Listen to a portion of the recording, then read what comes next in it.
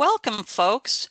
We have a special joint webinar today between Roth IAMS and ICES Corporation. We are going to start at noon because we've got a lot of stuff to cover. So we will get going in just a couple of minutes. I'm just going to share some housekeeping notes. As always, for those who will be asking, following the webinar, we will share links to the deck and links to the playback.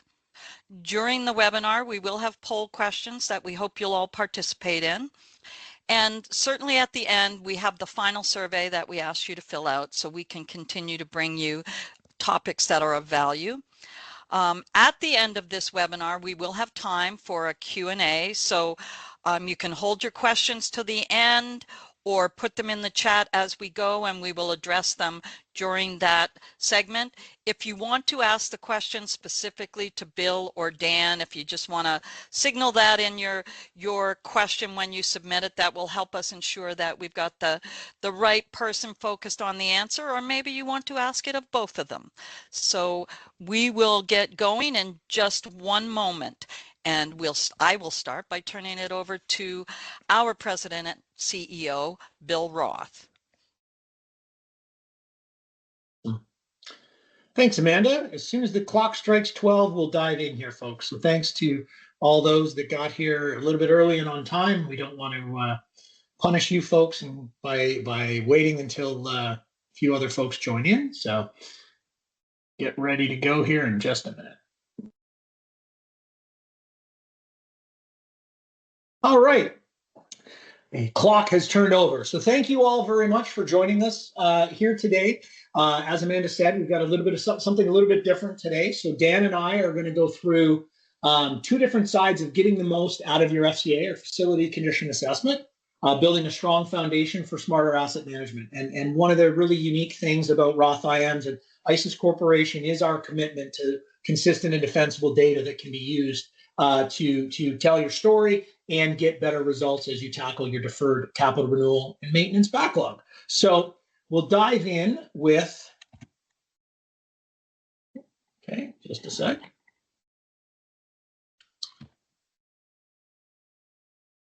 All right, there we go. Sorry. We'll dive in with our agenda. So we'll start with introductions, just Dan and I kind of letting you know who we are, for those of you that don't know one or both of us. We'll set the table a little bit with some background or philosophical information that we're going to use to carry through the whole presentation.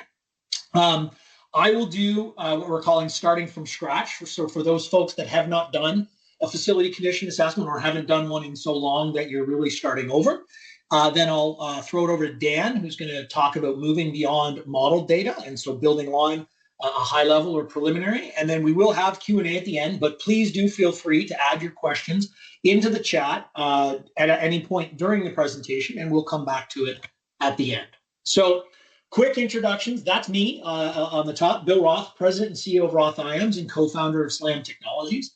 For the last 30 years, I've been collaborating with higher ed institutions and other government agencies across North America to tell their asset management story, and very heavily involved in a number of industry associations like NASFA, APA, NSPMA, and many others. If you don't know what those acronyms are, you're probably not involved in that sector, but those are all real property associations that deal with facility and infrastructure asset management challenges. Dan, why don't you introduce yourself? Afternoon, I'm Dan Harrison. I'm the Executive Vice President of ICES Corporation. I've got 43 years of experience in the facilities industry, first 10 learning the ins and outs of facilities management working in the Navy Civil Engineer Corps. The last 3+ decades, I've been with ICES, growing up the ranks, doing facility assessments, eventually growing to project management and then managing the overall operations of the company. I've provided a lot of independent consulting studies to different facilities organizations around the nation on various aspects, even going as far as designing the layout of a facilities maintenance organization from scratch for a campus that was being built from scratch. So, nice. Bill? That's awesome. Thanks, Dan. Appreciate the background info. So let's set the table first, folks, just to talk a little, like I said, a little bit of philosophy around kind of the framework that we're bringing to this conversation. And so we talk a lot about integrated asset management and what does that mean when we're looking at organizations. And so for us, we feel that to truly have an integrated asset management program, it really starts first with capital planning excellence. And we recognize that you don't start renewing a building or doing capital planning at the earliest stages of ownership of an asset. You start to maintain that building right away, but it's 5 to 10 years before you have to start thinking about renewal. And so this isn't sequencing of operations when you take over a building, but this is really where should you start? If you are just starting on your journey of integrated asset management, focus on capital planning excellence first. And really what we mean by this is understanding your deferred capital renewal and maintenance backlog and needs, and having a program in place to prioritize so that the limited dollars that you have are being invested most effectively to have the biggest impact on the outcomes that are important to you. And so we recommend you start there because honestly, when major elements fail within a building, you're going to have program interruptions. You may have to send students or workers or residents home if certain elements fail, high risk elements. So that's why it's really a risk management piece that we say start with excellence in capital planning. The next phase, which is actually where you start in the life cycle of a building, but is achieving operational excellence. This is moving from reactive maintenance more towards preventative maintenance, potentially even to predictive maintenance, leveraging AI and other technologies that exist in the market now. But it's about having an understanding of the elements in your building, maintaining them proactively, preventatively to extend the life of those elements, which will then obviously impact your capital planning process as well. The third area of integrated asset management is performance excellence. And this is where you are operating your buildings efficiently, that they're commissioned properly. The indoor environment is optimized for whatever program you're looking to deliver. And these are important issues, but honestly, if you haven't got the CapEx and the OpEx or operational planning in place first, we really believe that you should have that excellence in those areas, and then performance excellence becomes a lot easier because it's very hard to achieve performance excellence if your buildings are falling down and all you're doing is reactive maintenance. And then the sweet spot, if you will, in the middle is when you're able to achieve excellence in all three areas.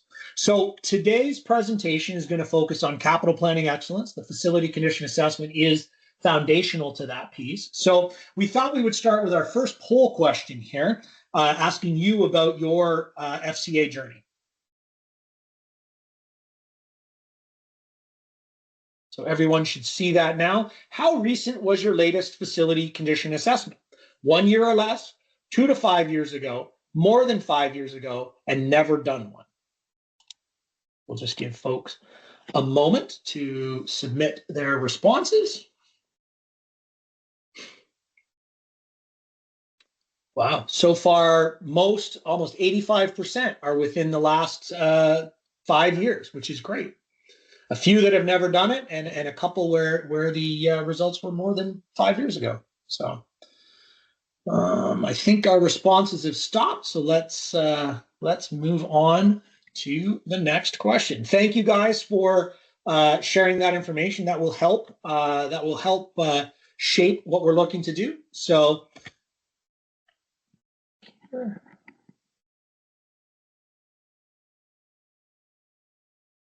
All right. So I'm gonna focus on starting from scratch. So for those folks that have done it recently, hopefully there's some insights in here on how you can manage and prepare for your next FCA down the road. But for those that have never done it or done it a really long time ago, which are about 25% of the folks that responded, this is really going to be about how do we get started or get restarted again if it's been a while. So what you're looking at here is what we at Roth IAMS call the onion. And so for us, we recommend that you focus on starting with the why, right? The why is our business objectives. What are we trying to achieve? Why are we doing this? And what existing processes do we have in place that we want to make sure that we stay aligned with? Because Asset management is change management, and we always recommend you understand where you currently are and where you want to go in order to build a program that works for you. The next phase is the data. Oftentimes people jump right to tools. Hey, what software am I going to use, or where am I going to do this? We really recommend that you build a data set based on those objectives, based on your current tools and processes, so that, again, everything starts in alignment. At that point, once you understand the data you need to achieve the objectives and answer the questions that you have, then you can go and pick the tools. What tools am I going to use? Some folks, Excel is good enough. Other folks will have an IWMS, a CMMS. There's a number of different tools that you can look at. But picking the tool before you understand the data you're going to manage is, in our opinion, a mistake. Once you have the tools, it enables the next 3 tiers of the integrated asset management framework, or the onion. The first being prioritization. I imagine everybody on this call does not have enough money to do everything they need to do. And so you've got to decide, how do we pick what we do and what we continue to defer. Based on that prioritization, there's a budgeting process. Most folks are given a budget and they have to basically use the prioritization to fit with the budget. And then once all of that is done, you actually go out and do the work. You design the projects, you execute the projects. And the most important part of that frame is the monitoring, because that feeds data back into the system down the road. And a lot of folks forget to monitor because they're like, "Ooh, we're done the project." And they may have promised energy savings or operational savings. And are you able to demonstrate that those savings were done? So today's presentation, I'm going to talk and really focus on the first 3 aspects of that framework as it relates to getting started with an FCA. Once you have that data, then you would move into the other areas. But for the purposes of today, I'm going to stick here. So let's start with our focus on the objectives and the processes. Again, why are we doing the FCA? And we'll have a poll question in just a second to understand why you guys did your FCAs, for those that have in the past. What is the desired outcome? What are we trying to do? Are we trying to get more money? Are we just trying to, we don't have an opportunity to get more money. We're just trying to justify how we spend the money we've got. We need it from a risk management perspective. We have to lay out what will happen if we continue to go down the path that we're on. There's a number of different reasons for doing it, and then the desired outcomes that go with it. What questions are you trying to answer? Once you understand why and the outcomes, what questions do you need to answer, and who are the stakeholders that are going to leverage the data? Because honestly, in a lot of institutional environments, there are multiple stakeholders. In higher ed, you've got faculty, you've got students, you've got parents, you've got community, you've got the internal staff. All of those stakeholders are going to have a different perspective on your facilities, how they're used, and what they think is important. The last part, as I said before, is what existing processes are in place that you want to leverage. Very rarely do you want to just start, even though you're starting over or starting from scratch to do an FCA, you want to make sure that you understand what are the touch points and how do those existing processes that you have in place work. Because if you change everything all at once and you don't engage your staff in the thought process and in the thinking, you're going to end up with a lot of folks concerned about their place on the other side. So we'll go to our next poll question, which has just come up. So for those of you that have done an FCA, what was the primary reason? We were told to by a government body, senior leadership change resulting in new priorities. We wanted to know our number for our deferred capital renewal and maintenance backlog, or we wanted to make better capital renewal decisions based on consistent data. So we'll give everybody just a minute to put their answers out. Well, that's good. So far, most folks that have responded are doing it because they wanted to make better capital planning decisions. A few folks were told to, which honestly, that was probably the reason that a lot of folks during the first generation of facility condition assessments that we saw earlier in both Dan and my careers, a lot of it was because somebody told them they had to do it. So we've got about 73% that have said we wanted to make better capital planning decisions, 23% saying we wanted to know our number for the deferred capital renewal and maintenance, and 6% that said we were told to by a governing body. So let's go ahead and close that poll and get back to our presentation. Okay, so we sort of dealt with the core of the onion, if you will, the data side.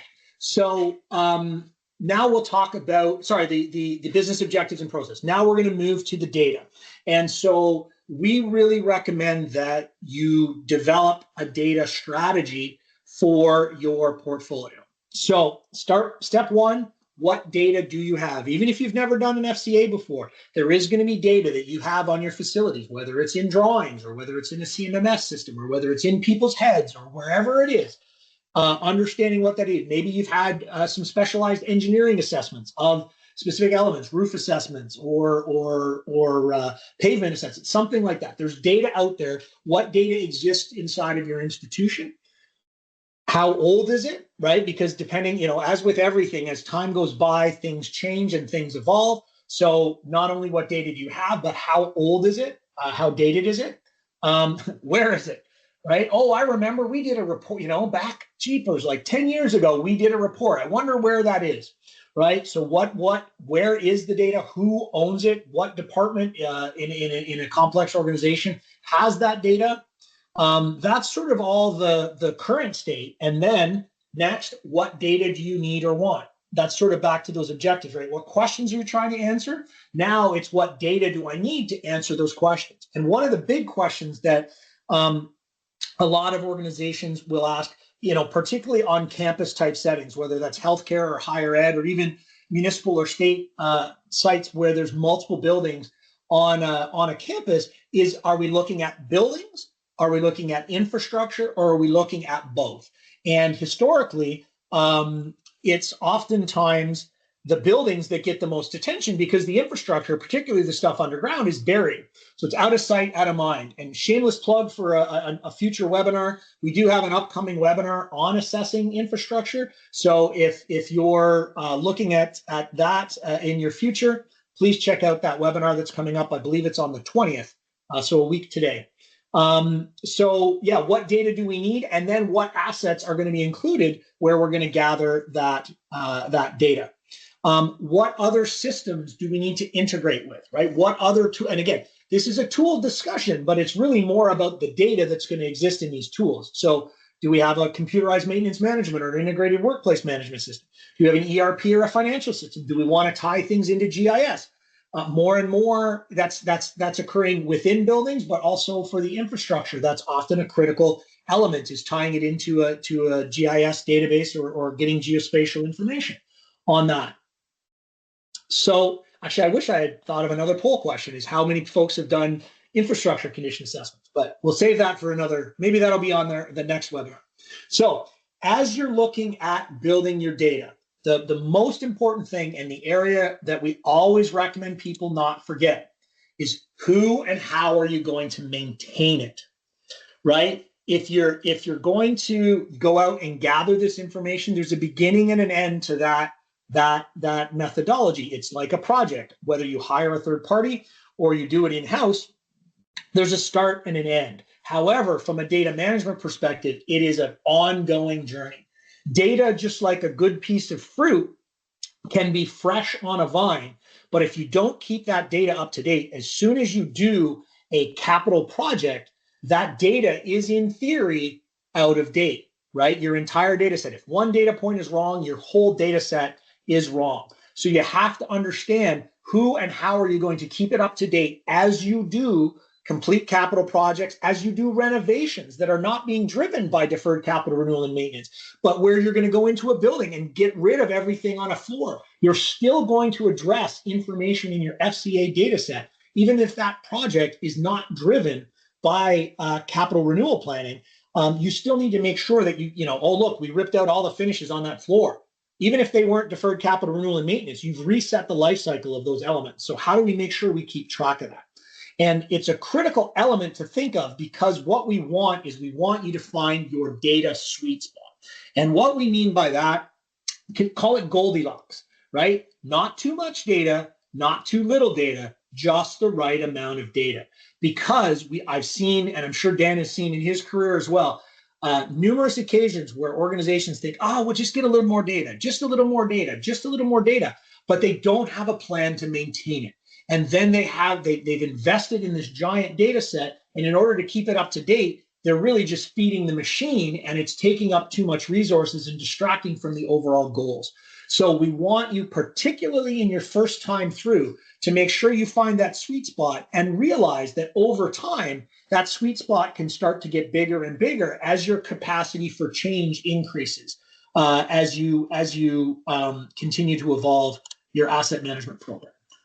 So we've gone through business process and objectives, the core of the onion. Layer one is the data. Layer two is the tools. And so when you're looking at picking your tools, there's a couple of things that the questions you want to ask. What type of report do you want?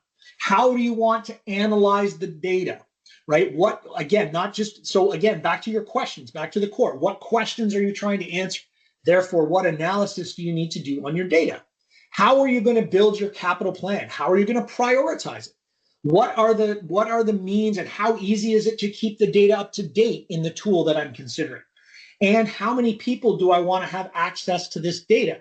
All of these questions, this is certainly not a comprehensive list of questions as you're considering tools, but really these are the foundational ones, right? What type of deliverables do I need? How am I going to analyze the data? What's the planning process?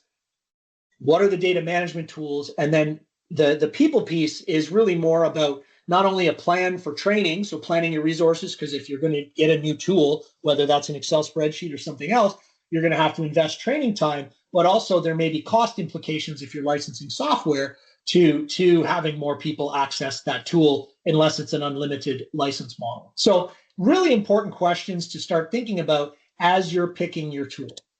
Then in terms of the possible tools that are out there, there's PDF reports. But I would really like to, not that PDF reports are bad, I strike it out only because this is where most organizations stop. Now, this is old school. I don't see many people, I don't know, Dan, if you see it, but very few people stop at PDF reports these days.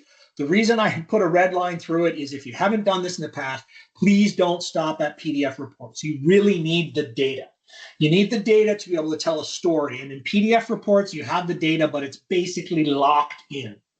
So tools, simple tools. If you have a small portfolio, if you have a smaller data set, Excel is incredibly powerful. If you've heard me talk before, you've probably heard me say that I think pivot tables are one of the greatest inventions of humankind ever.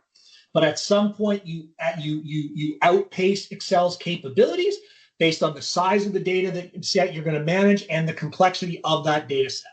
So, but Excel may be the right tool, again, particularly if this is your first kick at the can. When it comes to FCAs. You may look at putting the data into a computerized maintenance management system.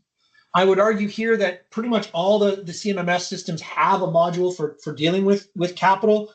In my experience and opinion, they treat capital like maintenance, and capital is not maintenance. Maintenance is very transactional, and trying to do capital planning, use a maintenance tool generally is a little bit of a square peg in a round hole. There are custom-built capital asset management systems out there, and some organizations will use GIS or to store that data or integrate with the GIS in order to visualize some of that data for like an FCA heat map, as an example. So the next question that you really need to start to look at is, do we self-perform or do we go outside? Right. So this is now actually about getting the data. So you've figured out what you're trying to achieve. What are your goals, objectives? You understand where you're starting from. You've figured out the data set you want. You've figured out the tools you want to use. Now, how do we find a right partner? So first question for anybody, you have to procure that service. But for many public institutions, you have procurement rules and guidelines that you have to follow. So do we issue an RFX? Are we allowed to direct award? If you're a private institution, you can probably just go directly to whoever you want. Do we have a standing offer in place that we can leverage for other services or even for assessment services? Or are there cooperative contracts like a Sourcewell or a TIPS or an Omnia or others that we can leverage? Canoe in Canada for our Canadian listeners or participants. Is there a cooperative contract that covers off these services, and can I tap into it? So that's sort of the how. And then really when you want to look at picking a partner, a couple of things to think about: cultural fit. Is the organization you're looking at, do they espouse the same ideas and philosophy on asset management that you and your organization do? And that doesn't mean that there's one organization or there's no one organization that's going to fit with every organization. Your culture is going to be unique, and so you want to understand what the culture of that partner is, because if they're going to be with you for 3 months, 6 months, a year, multiple years, if you're going to do a multi-year contract, you want to make sure that there's a good fit and everybody's working in the same, rowing in the same direction. You want to know they have relevant experience. Have they done FCAs before? Honestly, there's a lot of dabblers in this line of work. Almost every architectural and engineering company has done FCAs in the past, or has done them here or there, everywhere. Have they assessed portfolios, of as large scale as yours? Is it part of their core business, or is it just a bolt-on service they do when they don't have anything better to do? Understand kind of how it fits into their corporate structure and their experience. Do they have proven results of success from their clients that demonstrate the value of the data, right? We always talk about consistent and defensible data wins. And so can they demonstrate that they have delivered results to organizations like yourself? And last but not least, the way to prove that, it's one thing for somebody to tell you that, but check their references. Ask to speak to customers that are similar to you or similar to your geography, that have had experience working with these partners, so that is that a good experience? Did you have a good experience? So should I as well. So the last thing before I go and turn it over to Dan, and I've got 1 minute left before my time is up here, is I really want to say, for anybody out there, and I would even argue for you that are redoing assessments down the road, start with a pilot.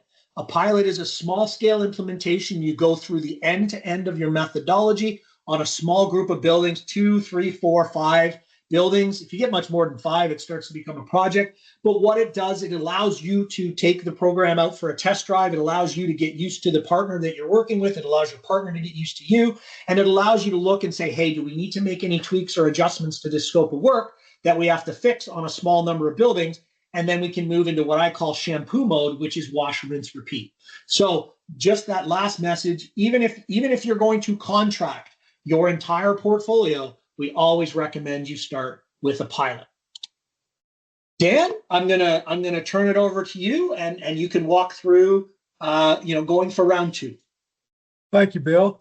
I'm going to focus on the process of moving forward beyond a high-level assessment to get greater impact of the assessment data. What do I mean by high-level assessment? High-level assessment is typically, it involves a lesser level of inspection, random sample inspections, and use of model data to predict results across the entire portfolio.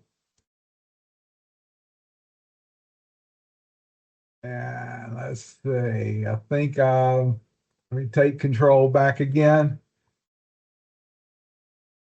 There we go. Guess it timed out, Dan. Yeah, it did. So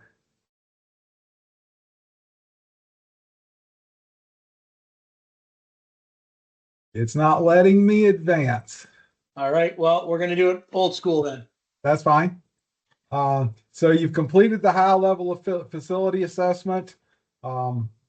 Is that the end of the process, or is there more that you can do? Well, let's talk about a little bit about what you got out of the high level assessment and what the benefits of doing it were. The benefits of a high level, obviously, the first and foremost is this is significantly lower initial cost, because you're not doing a detailed inspection of every single facility and documenting everything. So that gives you a lower initial cost. It gives you a faster schedule for completion across your entire portfolio if that's an issue. It also provides a rough order of magnitude of cost for your renewal needs. Next. So the rough order of magnitude has been established, and that's generally an acceptable range number, rough order of magnitude. It's not a detailed estimate, but if the model says we need $1.5 billion over the next 10 years, nobody's going to quibble really if that's actually 1.2 billion or 1.8 billion at the end of the day. It gets you in the ballpark. But is that good enough? The high level FCA typically utilizes a small inspection sample. It doesn't dive into the details of every building. It doesn't give you sufficient rationale for prioritizing all of your needs. Which of your roofs need to come first? Which MEP systems need to be prioritized? Which buildings need to be prioritized? A model can't do that because it's the most models I've worked with, they're built on this building is 25 years old and it's 100,000 square feet and it's this use type, which means I have $2.5 million in needs in the next 5 years based upon what the model says. That 2.5 million might be in the ballpark, but it doesn't tell you what makes up that need. The high level model, also the fourth bullet, typically a model cannot adequately cover ADA code or building use change needs. You would think a rational person would say a 10-year-old building doesn't have accessibility barriers. It's up to snuff on fire code. I think all of you in the facilities industry understand that we're still building buildings today with barriers to access. So a model cannot adequately convey that. And a model almost invariably omits utility infrastructure. Why? We've had a lot of people approach us over the years trying to develop a model for utility infrastructure. It's not feasible. No one campus has the same exact mix and type of utility systems as another campus. They are all unique, and that's where the models start to fail. So it's difficult to do those in a model. So those are the cons. With those cons in mind, what are your alternatives to doing the high-level FCA? Well, obviously, you can do nothing. You can just take that ROM number and run with it and then go back to planning the way you used to do it. We don't recommend that because it typically leaves your facilities department operating in a reactive manner instead of a proactive manner. So the alternative is to conduct a comprehensive FCA study that does include detailed inspections of all your facilities. You can inspect all your facilities as one project. That gives you your maximum economy of scale when it comes to the inspection, but it does have a huge impact on your first year budget. We understand that.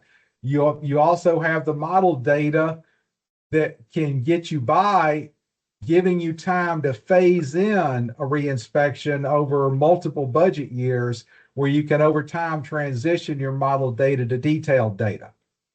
Next.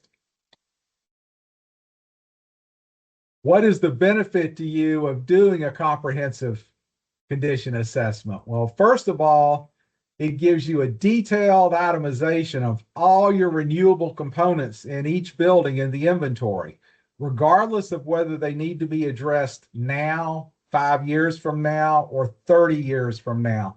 They're cataloged and itemized in the FCA data set. This itemization will then include detailed information with renewal cost and additional prioritization and classification options. And that allows you to start doing more effective planning and programming. Third, by doing the detailed inspection, you're also going to generate a set of ADA barrier removal requirements, code change requirements, and use change requirements. And when I talk about use change in terms of an FCA, we're not talking about predicting use changes. We're talking about where a building has already changed use and that generates a facility need. My personal favorite example of building I inspected, two-story dormitory, double-loaded corridor built in the 1950s. Sure, you've all seen a lot of them. When I walked through it, it was a home to an infectious disease research laboratory, and they still had corridor return plenums. I was not real happy walking through it. Needless to say, they had an FCA requirement to completely redo the HVAC in that building to meet modern research lab standards. And the comprehensive FCA can also be expanded to include your utility and your hardscape renewal needs. Those are things that models don't fit well, but they're easily accommodated through a detailed physical inspection. Next benefit, it will provide detailed data that can directly inform your renewal planning and programming needs. It will clearly identify what needs to be renewed, when it needs to be renewed, what's the renewal cost across the entire inspected portfolio. That will then allow you to determine what your overall needs in a building are and identify buildings that probably should be replaced instead of receiving piecemeal renewal that never really satisfies the needs of the occupants in a proper manner.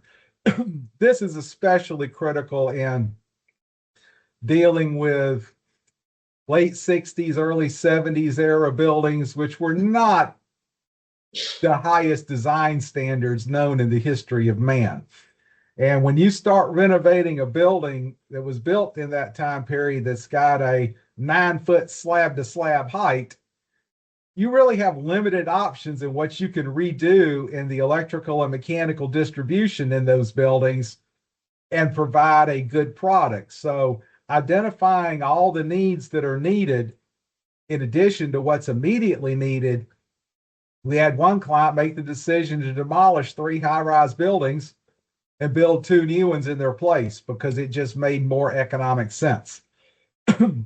The itemized FCA data can also help inform your daily maintenance operations and planning.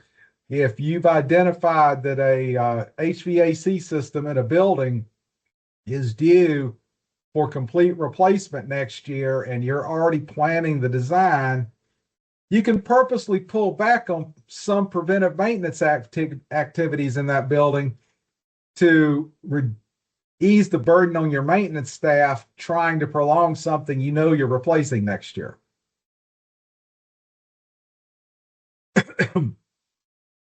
So the next poll question coming up is, have any of you at this point in time integrated your capital with your maintenance planning? It's a concept that Bill is pushing. It's a concept we've seen pushed in other areas. We don't see it spread widely, but curious what y'all are doing right now.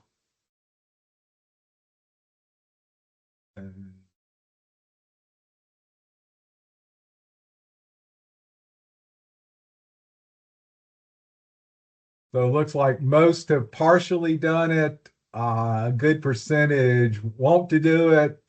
A few forward-thinking entities have fully done it. So that's about the mix I would expect, and it can yield significant tangible results.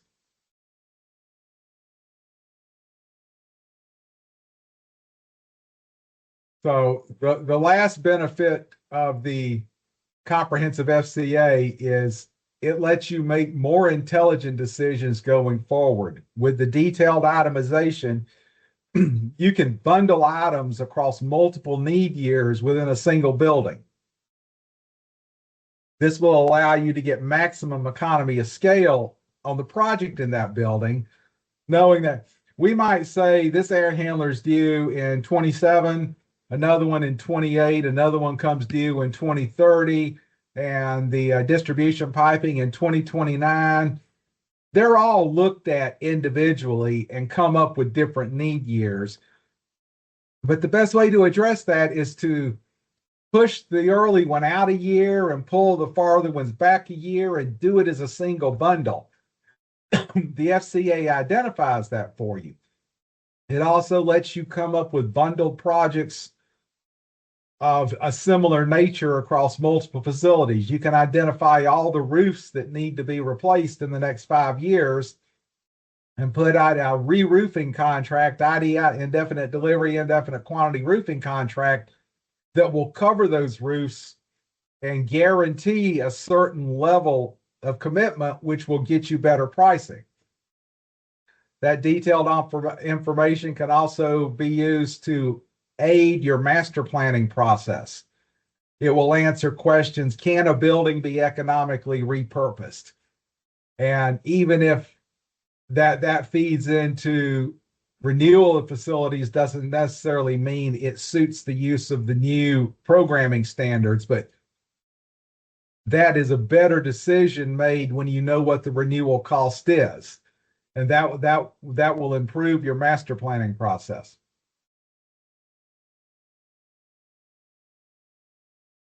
So I'm going to release control now, Bill, which I never had. No problem. It's all good. Yeah, that brings us to the Q&A section, folks. I don't see anything in the Q&A. Is there anything in the chat? Let's have a look. No, we'll open it up to folks if you do have any questions. One thing, while you're maybe thinking of questions or typing it out, one thing that I want to just reiterate about an FCA, whether that's, no matter what the FCA, the scope of work of the FCA is that it is a list of needs. It's not a capital plan. And a lot of folks, a lot of times you see public RFPs and they're like, well, give us a 10-year capital plan. And what that really means is give us a 10-year list of needs, because the only way you can build a capital plan is to understand how much money you have to spend and what your organizational priorities are. And there's absolutely no way that a third party is going, or even if you're using your internal staff, unless they're senior executives within your institution, and if they are, I would argue they shouldn't be doing FCAs. But there's a whole business logic and prioritization and things that have to get applied to that data. So whether it is a model or a high level FCA, or whether it's a detailed FCA, remember it's a list of needs. And there's a planning process that you have to go through, prioritization, things like that, to turn it into a capital plan. So question from Ron, if you do not use internal staff, how often should you refresh your FCA data? Great question. I'll start, Dan, and then if you have anything else to add, feel free to chime in. So typically, kind of industry standard has always been 5 years. I know some folks go 4. There's some organizations will tell you should do it every 3 years. Honestly, I think that's way too soon. I think 5 is a good number. Some folks push it longer, 7 to 10, but in my 30 odd years, 5 is pretty standard. Dan, what have you seen?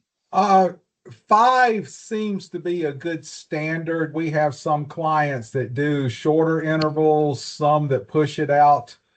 One particular client, every 10 years, they redo their FCA.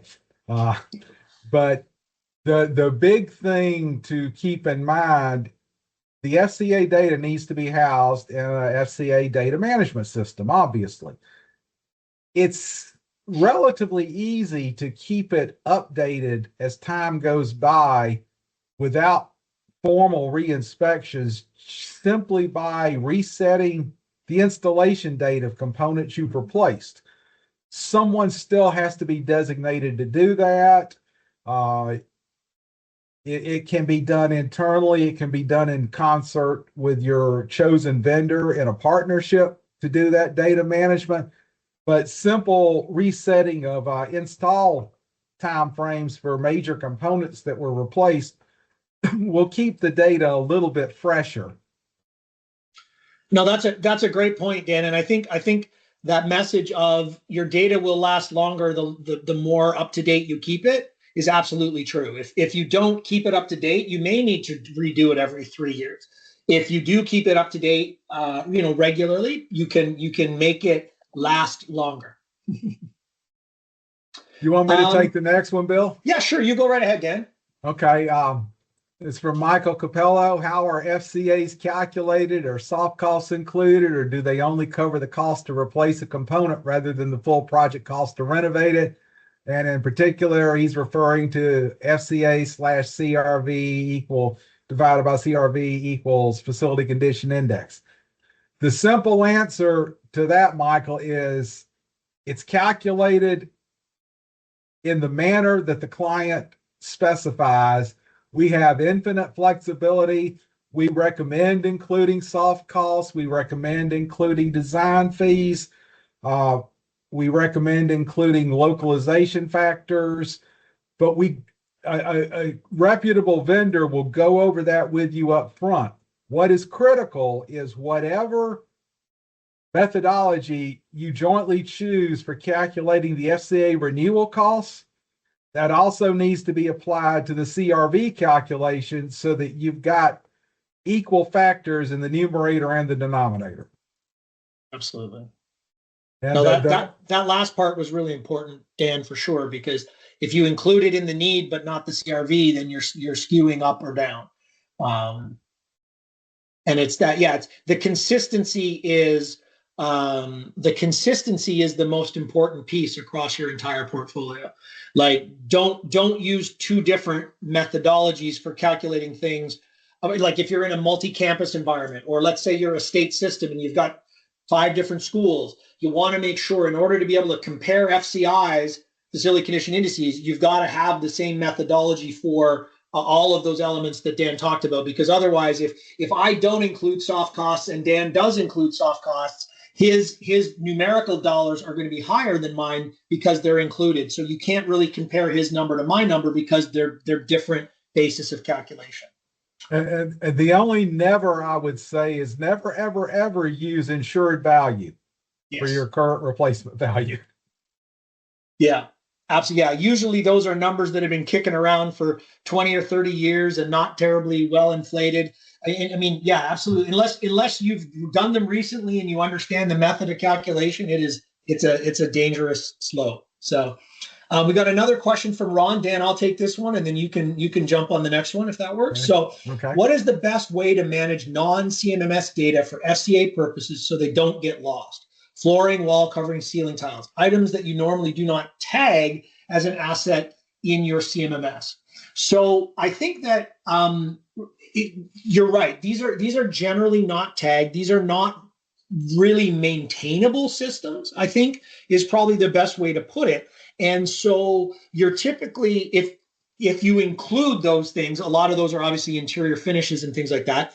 Some organizations do include, most organizations do include them in FCAs, some don't. But if you do include them, I think the best way to manage it is at the element level as opposed to the individual like CMMS or equipment level. So if you're managing, if you've got wall finishes and 2-story building and you renovate part of that, you want to capture the fact that, hey, look, it's a 2-story building, we renovated half, 50% of our finishes are now old and they life cycle out as they did before, 50% are new. So even though we didn't do the project for deferred capital renewal and maintenance needs, we want to capture what those things are in our FCA data set. So we know, hey, look, we did this $1 million renovation, let's say, but we captured $250,000 of either deferred need or of future need by doing those replacements. So I wouldn't recommend you manage those non-maintainable systems per se in a CMMS system. I would manage that in your capital asset management system or whatever tool you're using from a capital planning perspective. Dan, any different thoughts or other thoughts? We approach it that way. You start out with, if most of the buildings on the same cycle, you'll have a component for the vinyl tile flooring in the building. But as you piecemeal do a floor, then you start breaking out the sections because they're on different life cycles then. But they're not, things like finishes really shouldn't be assigned virtual tags in a CMMS, in my opinion, because it bogs the system down. Major thing, roofs we see, and distribution piping systems we see get assigned virtual tags often, and that's a good way to track it within your CMMS so that it doesn't get lost in the weeds. But finishes, that's usually overkill trying to do that. And finishes aren't, yeah, it's overkill. We'll leave it at that. In a CMMS, but not in an FCA, right, Dan? Right. Yeah. Cool. Want to take the next one? Sure. It's helpful if all your maintainable assets are tagged in advance. It's not required because when we're doing an FCA inspection, I want to know that it's a 300-ton York centrifugal chiller and when it was installed so that I know when it needs to be replaced and I know how much it's going to cost to replace it.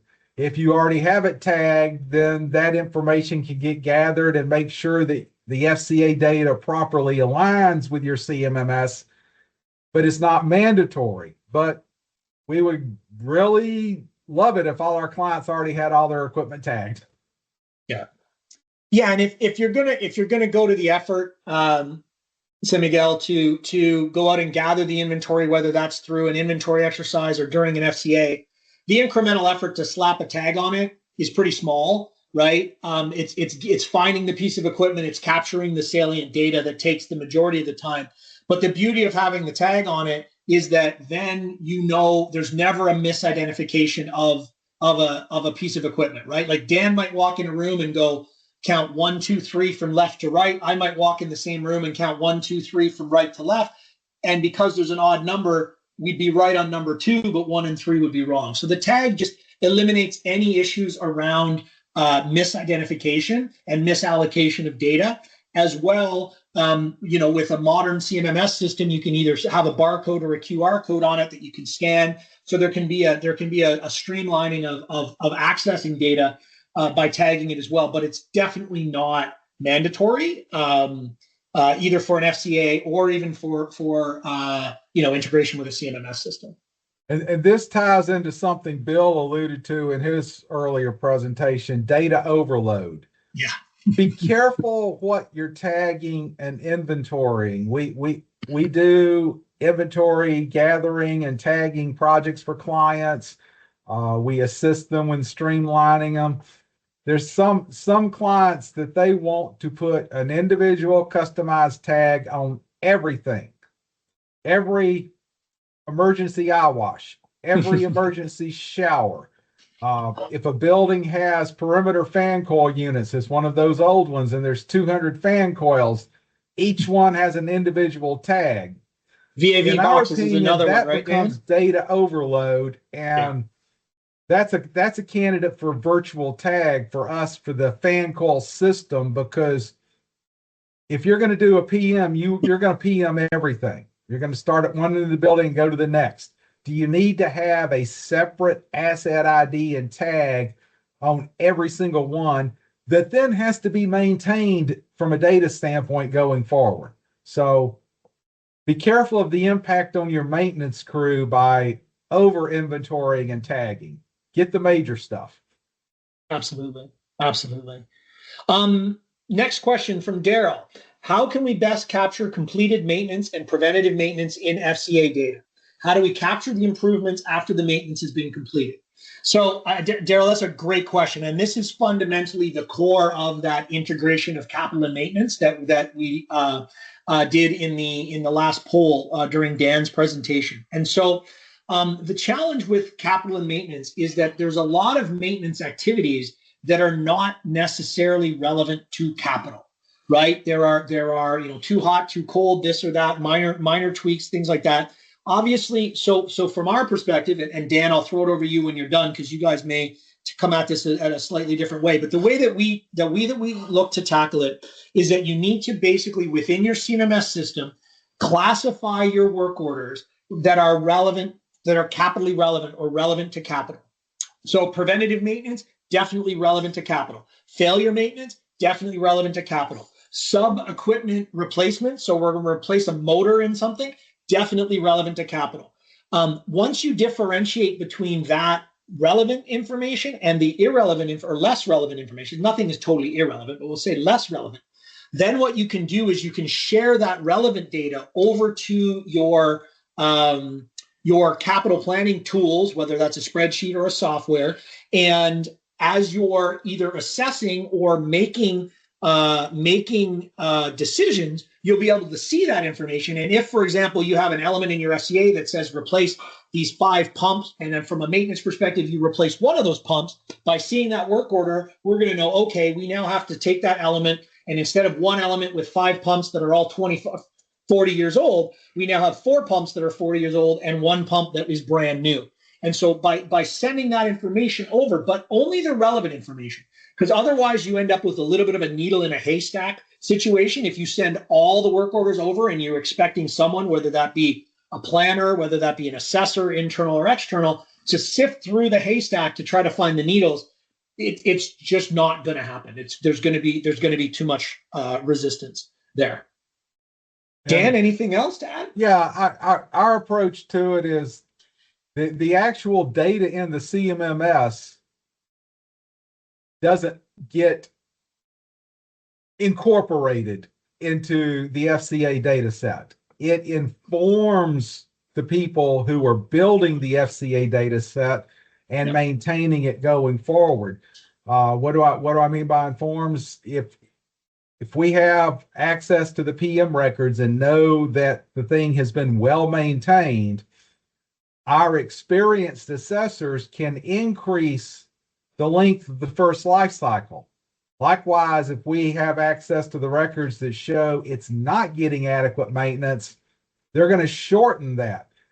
That's key to that. That can be done in a detailed assessment because you have qualified, experienced individuals looking at that air handler, looking at that chiller. It can't be done by a recent college graduate who struggles to differentiate between a chilled water pump and a sump pump. Absolutely. Yeah, it really, I think that's a great point. Is that, yeah, the data it generally informs the decisions that are made either at the assessment stage or even during the planning stage. So, we have some questions in Q&A. Thanks, Gurpreet. Okay. Dan, you want to take the first one? I'll take the second one. So you'll take Judith's. Can you see in Q&A, or do you want me to read it and you answer it? Oh, okay, I see Q&A here. It's loading.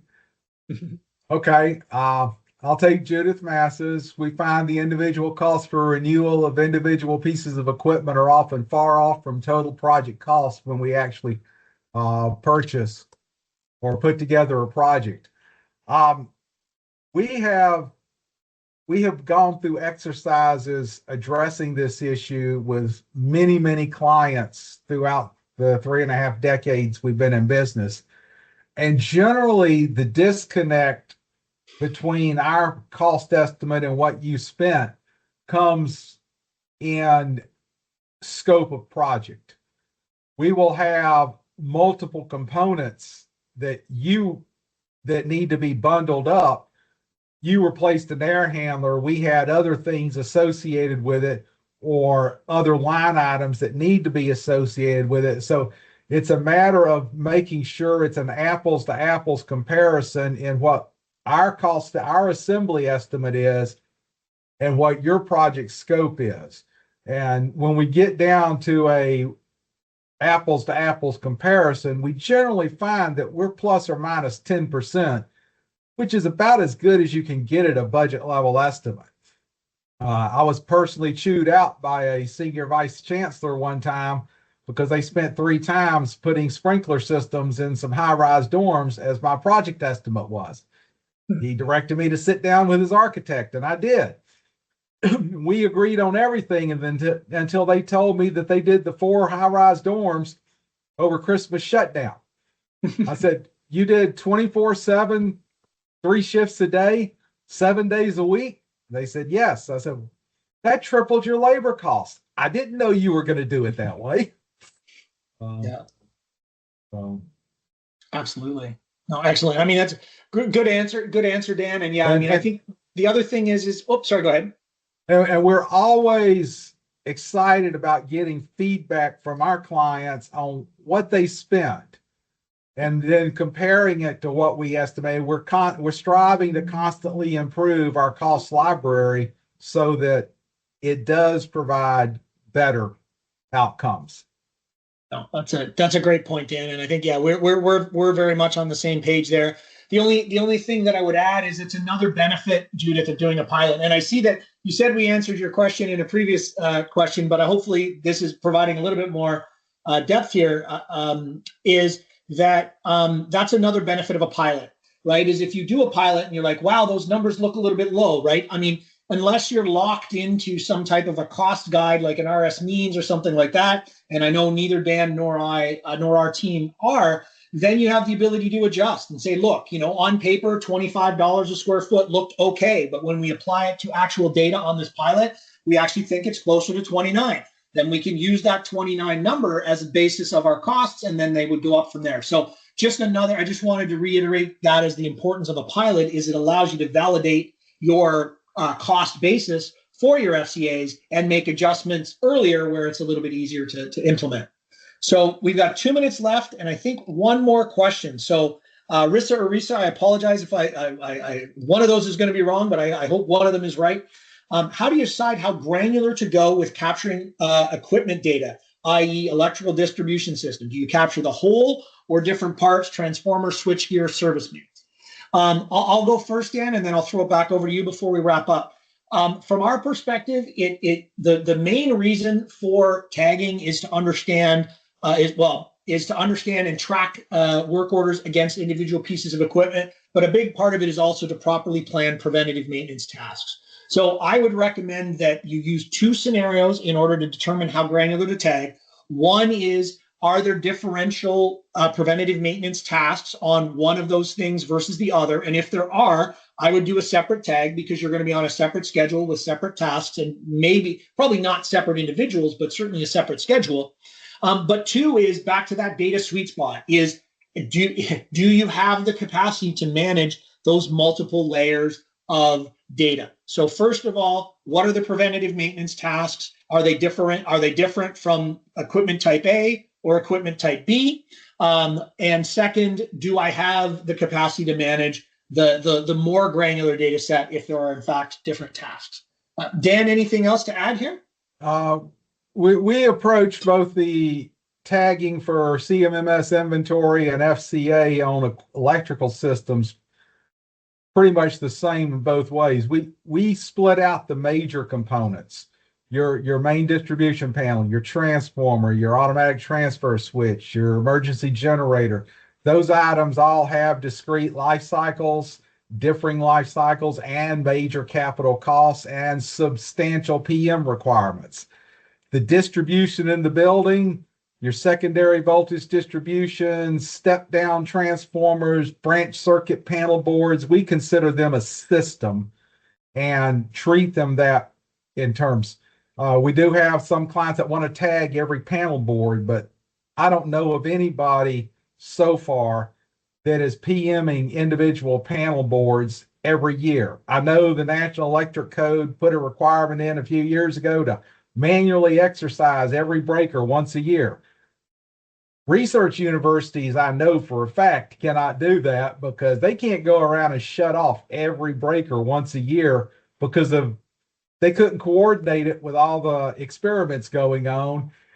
And that's a requirement that I am confident is 99% unmet across the nation. Absolutely. Absolutely. Thanks, everybody. We've just kind of ticked by the 1 o'clock mark here, so I know that folks have busy days. If we could just ask for those that haven't yet, if you could fill out the survey that's popped up, that will help us make sure that these webinars continue to add value to you and that we're able to bring forward more content that is valuable. We will be sending out an email afterwards with a copy of the recording. Thank you all for your time. Sorry we ran a couple minutes late, but I really appreciate all those great questions. And Dan, thank you so much for joining us on the webinar. And we will hopefully everybody will keep in touch. And thanks again. Thank you, Bill. Thank you all of you for attending.